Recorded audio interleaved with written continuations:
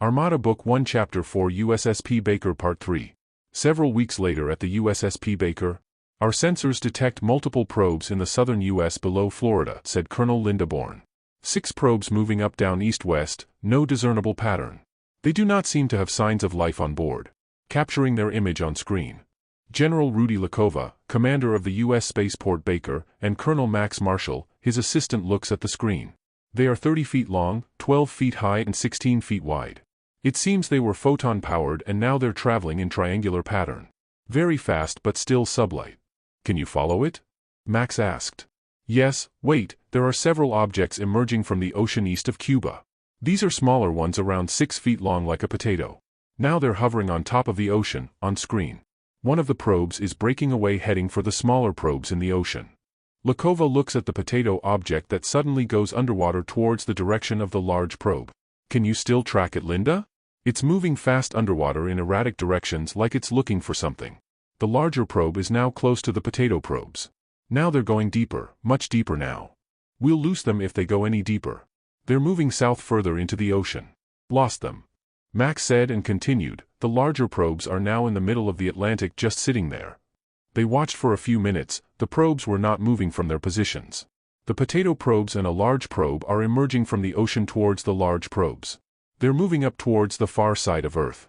They're moving out of Earth orbit and in the direction of Jupiter. I detect a large ship behind Jupiter. The ship is as large as the Endeavour scan shows multiple life forms. Is it cloaked? Lakova asked Linda. No, and it does not seem to see us at all. Contact the Enterprise and tell them to fly to Jupiter, cloaked. Send out a squad of Sabres, cloaked, to investigate. Max announced, Captain Keeling, sending coordinates to your Sabres now. Sabre 1 is away, Keeling answered. In less than 2 minutes a squad of Sabres have launched and are flying straight to the alien ship at warp speed. Visual in 5 minutes, Max said. The Sabres reached the ship before the probes and the sphere reached it. Mcom, Sabre 1 has a visual. They do not seem to see us.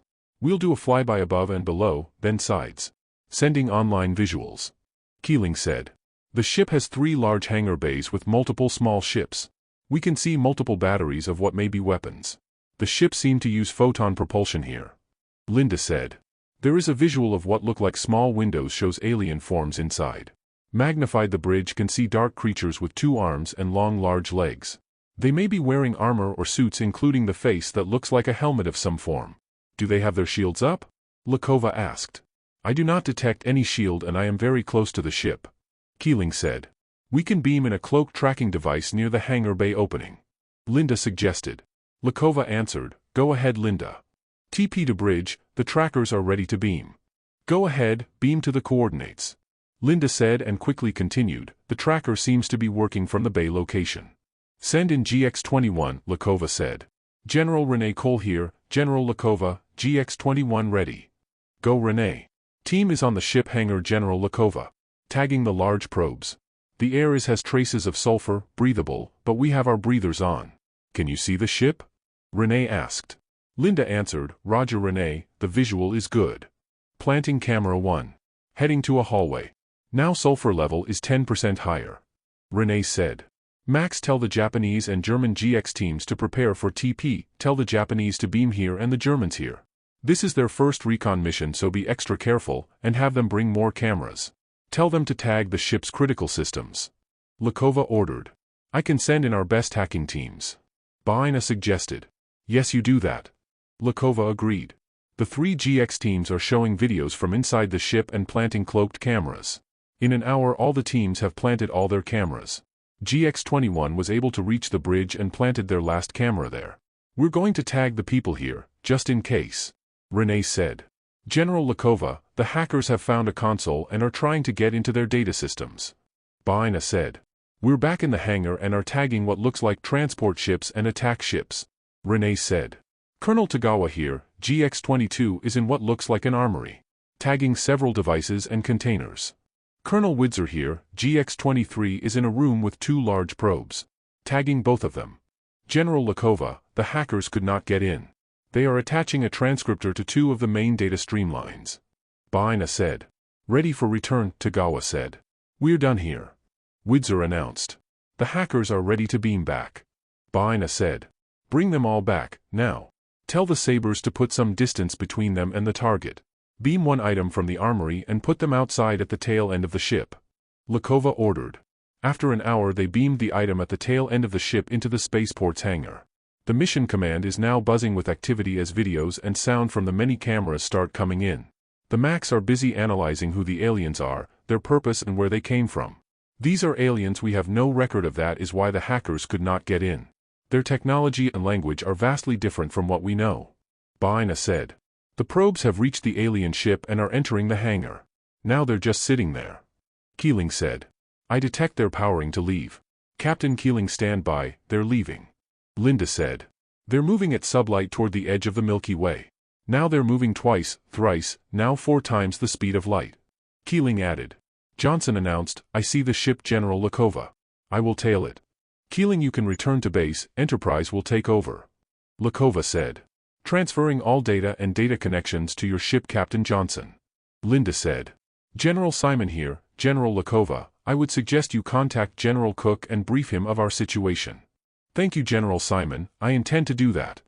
Now they're moving at 10 times the speed of light. I think the ship is headed to the Centaurus supercluster. Captain Perez said. Satomi, Colonel Linda, are you able to make sense of the information we're getting from the ship? Simon asked. The bridge seems to be quiet, nobody is moving or talking, like the crew is waiting for something.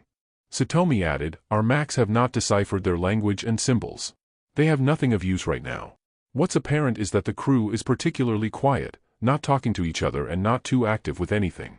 There are 326 crew members. And they seem to just hang around. Linda said. Bellono, take your best Macs and tag as many of the crew as you can. General Simon said. Bellono did not understand why the general wants to tag the people on the ship. Yes, General, I will send 4 groups to cover all the areas fast. In 2 hours the tag teams have all returned. The ship is making a turn towards the Centauri wall. Linda said. They followed the ship as it heads towards the edge of the Milky Way. After several hours the ship is still maintaining its course towards the Centauri wall. Captain Johnson, long-range sensors show 3 ships coming from the direction of the wall on an intercept course in 2 hours. Linda said. After an hour the ship is changing course again towards the Centauri supercluster. My sensors are showing another set of 3 ships coming from the edge Centauri supercluster heading straight ahead of the alien ship, intercept in 2 hours. It's a trap. General Simon said. The bridge crew and most of the crews are showing alarm. The pilots are scrambling on to the attack ships. Satomi said. Suddenly they saw one of the ships from the rear fire at the lone ship. All 3 ships are now firing. I don't think their shields will hold up for long. Linda commented. Then they saw one of the shot got through and an explosion came from the lone ship. Then it slowed down. The other 3 ships are now within firing range but seem to be holding their fire. 3 ships at the back and 3 in front. I don't think the ship will survive another barrage from 6 ships. Linda said. They will probably board. Simon said. Then they saw the lone ship's attack ships flying out of the hangar. Several attack ships are flying out of the hangar of all 3 ships and a dogfight is about to commence. Satomi, send hackers into the middle ship in the rear and the middle ship in front of the lone ship. Tell them to install cameras as well. Simon said. So while the dogfight is underway, the Macs are busy placing transcriptors on the 2 ships and putting cameras. Beam in all items in the armory to Deck 18. Simon ordered. The 6 ships are sending boarding parties in more than 20 small ships. ETA in 5 minutes. Linda said. Get your Macs out of the ships as soon as they're done. Linda beamed the transport ships and the large probes from the lone ship into our hangar now. GX-15, GX-16 and Marine Security, get your teams in the hangar. Hangar crew, create a time warp field around a large area to hold the crew from the lone ship. Simon ordered. I'll send our technical team to look at the ships and large probes. Also some medics are on standby at the hangar. All the transport ships and large probes are in the hangar bay. Satomi said. One of the ships in front is firing at the bridge of the lone ship. These shots seem to be smaller than their earlier weapons fire. Now they're taking pot shots at different targets on both sides of the ship using the same smaller shots. Linda said. The dogfight is now over and the attack ships are now strafing the hangar opening, stopping only when the boarding ships are near. The boarding ships are now docking in the 2 hangar bays. Firefight is starting, multiple explosions in the ship. Linda said. Beam the bridge crew to our hangar. GX teams prepare for contact. Simon said. The boarding crew is leaving in the transport ships. Linda said. They probably got wind of self-destruct mechanism of the ship. General, I suggest we beam the remaining crew into our hangar. Johnson said. Duichi. Simon confirmed. General Shannon Robin here, most of the lone ship crew are here, some of them don't look good, some of them look dead. She deployed the Marine security team around the time warp field perimeter and GX-16 to secure the probes and transport ships. In front of her were humanoid forms but with reptilian leg forms covered in what looked like black armor. The torso was also covered in black armor. Their headpieces resembled a Spartan headpiece with lone protruding pointed chin or what looked like a chin. The headpiece has two large convex shape extensions presumably for large eyes. Suddenly the hangar felt a large explosion, then several smaller ones. Several of the boarding ships got caught up in the blast. The ship was totally destroyed. The 6 ships are just now sitting there waiting for their boarding crew. Linda said. In a few minutes they saw the 6 ships point to one direction and started slowly leaving the place. One of the ships slowed and turned, then headed where the lone ship came from. Captain Perez, follow that ship that separated from the pack, but put some distance between us. Johnson said. Good, Captain Johnson, I'll go down to the hangar and try to get some answers. Simon said. Colonel Lind, Linda, Satomi and Bellono went with the general to the hangar. Meanwhile, the technical crew was busy trying to understand the probes. Some were inspecting the transport ship. It turned out the probes were actually transport ships. The alien crew was starting to make sense out of the situation. 2 of the captives started to run to the Marines and they got frozen in the warp field. Then one of the captives used their weapons to shoot at the Marines. Their shots got frozen in time as well. Some of the captives appeared to be helping their wounded, and the GX teams and Marines were now looking at how the armor was removed and how they looked like underneath. The aliens had smooth black skin with a lot of waves and lines. Those with arms blown off show that their arms have 4 bone structures instead of our usual 2, and the arms have gray liquid all over that resembles our blood. One of the aliens who seemed like a leader stood in front of GX-15 and started talking in stuttering sounds. Look, we can't understand you. Can you understand us? Shannon asked. One of the aliens approached the one talking and held out what looked like a communication device and tried to talk to it. They were now stuttering back and forth at each other for a few minutes as another alien joined the conversation. Then they called another alien who stood up and approached them with another device. The 2 are now working on the device. Then one of them attached the device to the helmet of the leader. Hello, my name is GT Premier Staff to the King, the alien said, talking through the translator and communication device they rigged up. Then Simon and his team arrived enough to hear the voice over the translator. Yes, my name is General Simon and I would like to ask you some questions. I would like to thank you for getting us out of the ship before it was destroyed. Jitik said. We thought you really wanted to die in the ship. Simon said. We are prepared to die for our king. Jitik answered. What were you doing on our planet? Simon asked Jitik.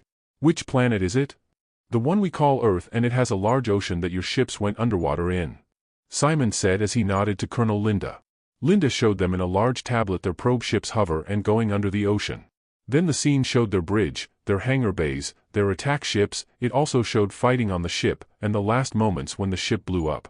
Then she showed one of the ships breaking away from the 6-pack and heading back, trying to trace the path of their ship. We are following this ship right now and we believe it is headed for our planet Earth. Linda said. Maybe we can help you if you tell us why you went to our planet. Simon said. Jitik is not showing any reaction. Captain Johnson, can you fly beside the alien ship so these guys can see it from the hangar? Simon ordered. In a few moments the aliens saw the ship very close to them. They can see the crew from where they were. Would you like to get transferred to the other ship? Simon asked. They cannot see us? Jitik asked. Would you like to tell us what they were talking about here? Linda asked. She showed them the bridge of the other ship with the crew in the bridge are talking and laughing. The aliens looked at each other and started their stuttering conversation again. Some looked visibly agitated and angry at what they hear. Jitik opened up and, they are celebrating our deaths. They are also trying to trace our ship's path, where we came from. Okay, so can you give us your story then? Who are you and where do you come from? Why did you go to our planet? Simon asked. Before we answer your questions, may we go to our ships? The air is not good to us and our ships provide our needed air. First surrender all your weapons. Then half of you can go inside the ships, then the other half goes in when the first half goes out. Jitik's assistant shouted an order and all the armed aliens turned in their weapons. Then they started getting into the ships, including the probes. We are called Ectonos and we were running from our enemies who have overran our planet and started enslaving our people. Jitik started. You look like you're fighting your own kind. Can you show us where your planet is? Linda showed a hologram of the galaxies around the Milky Way. Here, Ectono is the name of our world. Our enemies come from another world called Roctono here. When they started to attack, some of our people began leaving our world and heading further out to many worlds. Why did they attack your world? Linda asked Geetik. Our king's daughter was attacked by the prince of Roctono and she fought back and killed him. Our princess is an experienced warrior in our kingdom, so it was not hard for her to protect herself. But that is not really the reason. Their king has always wanted to take over our planet because of our cities are much more beautiful than their villages. So Geetik, where is your king now? Let me guess, under our oceans near sulfur vents. That is correct, General Simon. They will be able to find where we came from because our ships dispense a gas only our ships produce.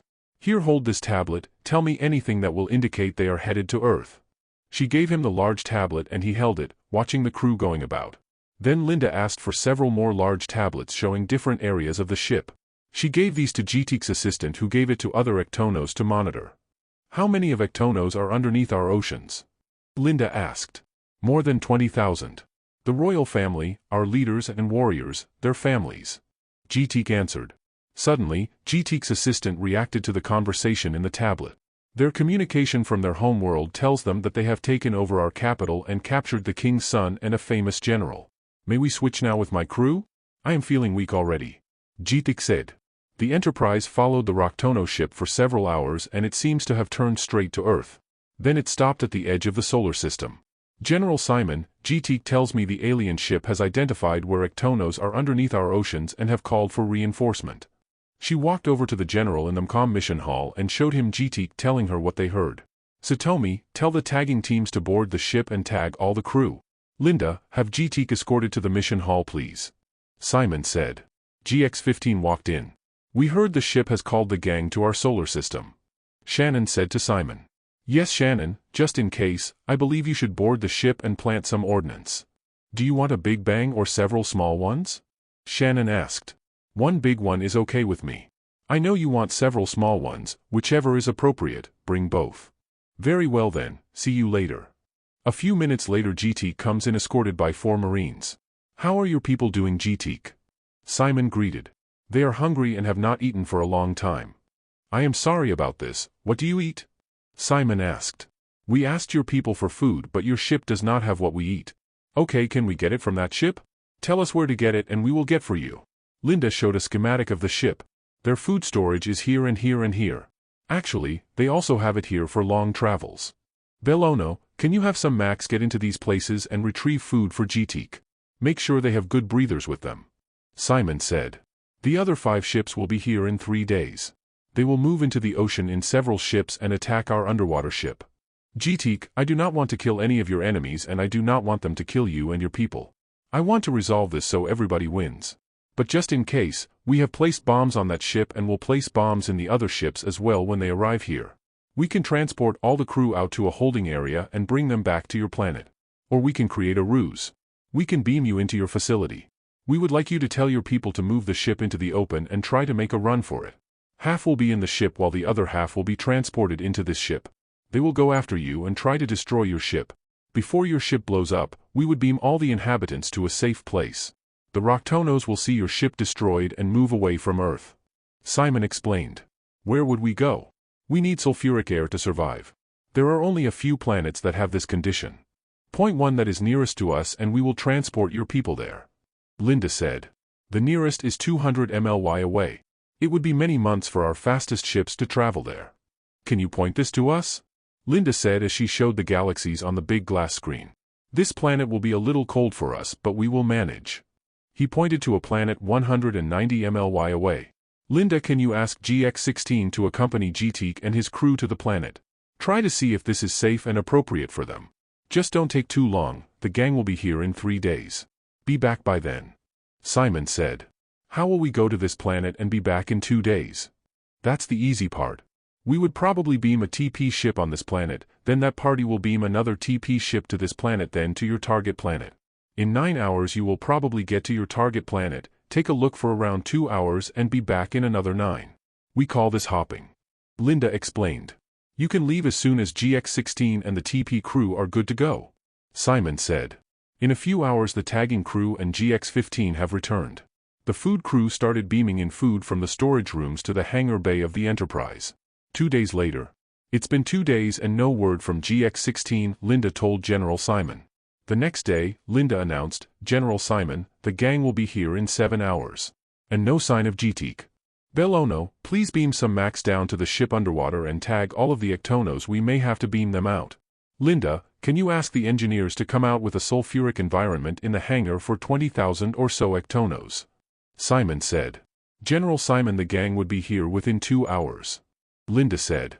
Just then GX-16 and GTEK beamed in and went to the bridge. GTEK was running excited, General Simon, the planet is perfect for us. We got delayed because there was bad weather on the second hop. Linda, Belono, start beaming the Ectonos to the hangar. GTEK, we will beam you to the ship underwater so you can explain the plans to your people. Make sure you bring all you need to bring short of the ship itself.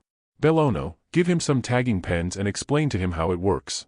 Tell engineering get the sulfur project up and running. Within 10 minutes, Ectonos began to beam into the hangar. Some were bringing with them their food and equipment. The hangar is steadily getting filled with equipment and Ectonos. Linda send GX-15 and some Max to their ship and recon. Make sure everybody is gone and all the things they need are tagged and ready to beam. The Roctonos are all here, General Simon. Linda said. GT came running to the bridge, General Simon, our food stock is low. Can we get some from the other ships? Can we send some of our people ahead to our new planet? My assistants will guide them. Yes, Belono, send some Max to the Roctono ships to plant some cameras, ordnance and steal food for our guests please. The Roctonos are sending the transport ships to the area where the ships were. Linda said. Then they observed the Roctonos going underwater and parking the ship beside the Ectonos ship in the location of what looks like an entrance hatch. They docked their ship on the hatch. GX-15 reported seeing those inside the ship are requesting for beam up. Beam them all in quickly please. The ship is now a beehive of hectic activities. The ordnances have been planted. The Max are still tagging the food stocks. Belono said. The Ectonos have started to leave to their new planet, General Simon. The food stocks from the Roctono ships have started to be beamed in. Linda said. Before their transport ships dock, beam all the taggers back. Simon ordered. In an hour, the Roctono transport ship has appeared out of the ocean and headed to the main ship. Beaming all taggers in. Linda said. GT came into the bridge, General Simon, we have enough food to last a long time. We are monitoring their activities and they seem to be confused. Can you tell me what they are talking about? Simon asked. GT looks at the various screen partitions in the large glass screen. He is the leader and he is asking if they can scan the ocean for Ectonos. This one is the leader of the scout ship and he is saying they did not see any ship leave. It seems they have not noticed the food stock being reduced. They waited as the Roctonos scan the planet. This one is saying sensors do not see any Ectonos anywhere in the planet. She is saying it is impossible to live without sulfur on the surface of the planet. The leader wants them to prepare to leave. After an hour, they noticed the ship powering up and started to leave the area. By that time, more than half of the Ectonos have left. In 3 hours all the Ectono equipment and transport ships have beamed out.